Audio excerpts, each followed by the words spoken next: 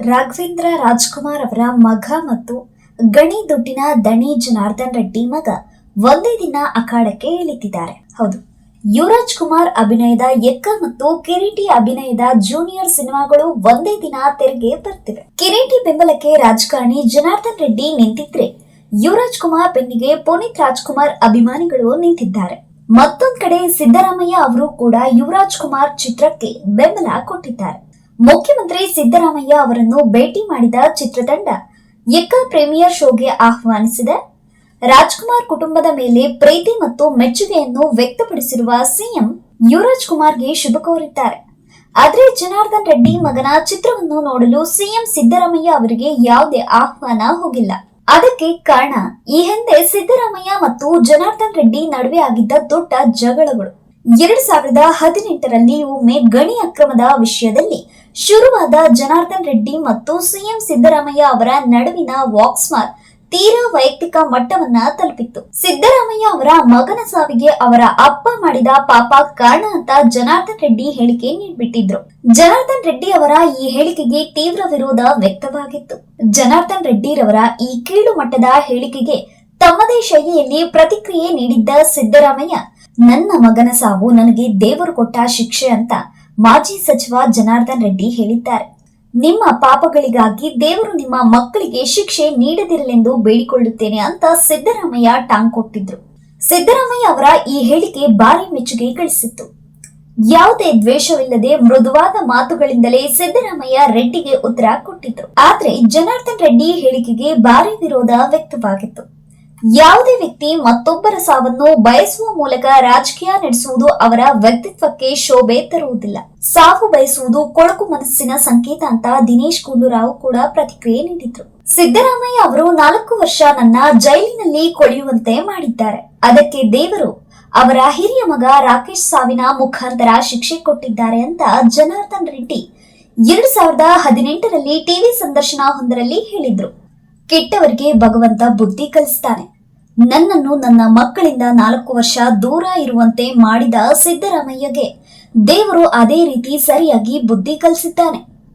ಶ್ರವಣ ಕುಮಾರನನ್ನು ದಶರಥ ಮಹಾರಾಜ ಕೊಂದಾಗ ವೃದ್ಧ ತಂದೆ ತಾಯಿ ನಿನಗೂ ಮಗನ ಅಗಲಿಕೆ ನೋವು ಗೊತ್ತಾಗ್ಲಿ ಅಂತ ಶಾಪ ಕೊಟ್ಟಿದ್ರು.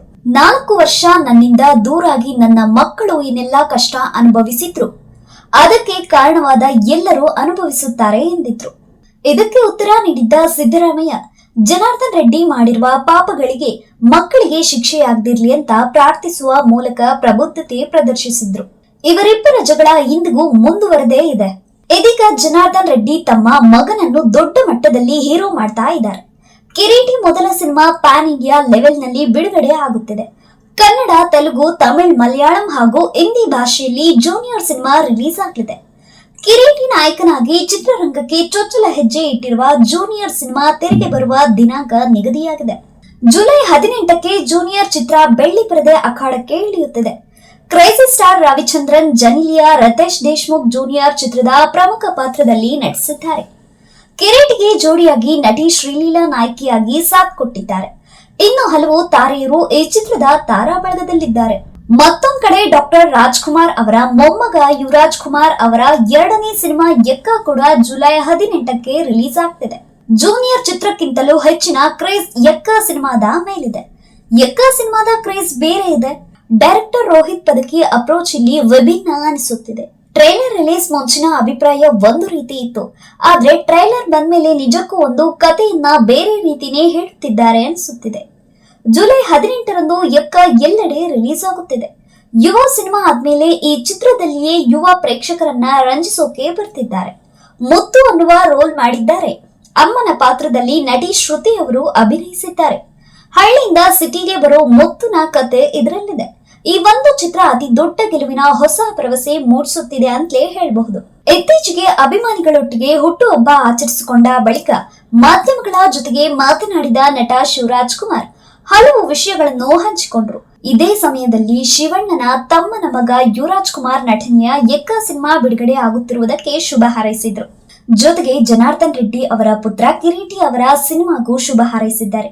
ಅಷ್ಟೇ ಅಲ್ಲದೆ ಜೂನಿಯರ್ ಚಿತ್ರದ ಇವೆಂಟ್ ನಲ್ಲಿ ಕಿರೀಟಿ ಜೊತೆಗೆ ಶಿವಣ್ಣ ಡ್ಯಾನ್ಸ್ ಮಾಡಿ ಸಿನಿಮಾಗೆ ಬೆಂಬಲ ಕೊಟ್ಟಿದ್ದಾರೆ. ಒಟ್ಟಾರೆ ಸ್ಯಾಂಡಲ್ವುಡ್ ನಲ್ಲಿ ಜುಲೈ 18ರಂದು ಜೂನಿಯರ್ ಮತ್ತು ಎಕ್ಕಾ ಚಿತ್ರ ಒಟ್ಟಿಗೆ ಬರ್ತಿವೆ. ಈ ಸಿನಿಮಾಗಳ ಕಂಟೆಂಟ್ ವಿಭಿನ್ನವಾಗಿಯೇ ಇವೆ. ಎರಡೂ ಚಿತ್ರಗಳಲ್ಲೂ ಸ್ಟಾರ್ ಕಾಸ್ಟ್ ಚೆನ್ನಾಗಿಯೇ ಇದೆ. ಈ ಎರಡೂ ಚಿತ್ರಗಳು ಬಾಕ್ಸ್ ಆಫೀಸ್ ಅಲ್ಲಿ ಮುಖಾಮುಖಿಯೇ ಆಗ್ಲಿವೆ. ಯಾವ ಸಿನಿಮಾಗೆ ಪ್ರೇಕ್ಷಕರು ಸೈ ಅಂತಾರೆ ಅನ್ನೋದನ್ನ ಕಾದ್ ನೋಡ್ಬೇಕಿದೆ.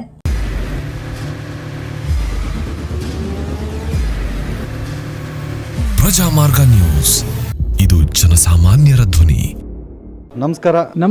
ನೀವು ನೋಡ್ತಾ ಇದ್ದೀರಾ ಪ್ರಜಾಮಾರ್ಗ ನ್ಯೂಸ್. ರಾಷ್ಟ್ರದ ರಾಜ್ಯದ ರಾಜಕೀಯದ ಬಗ್ಗೆ ಹೆಚ್ಚಿನ ಸಿನಿಮಾ ಅಪ್ಡೇಟ್ಗಳಿಗಾಗಿ ಫಸ್ಟ್ ಲೈಕ್ ಮಾಡಿ, ಸಬ್ಸ್ಕ್ರೈಬ್ ಆಗಿ, ಹಾಗೆ ಫಾಲೋ ಕೂಡ ಮಾಡಬೇಕು.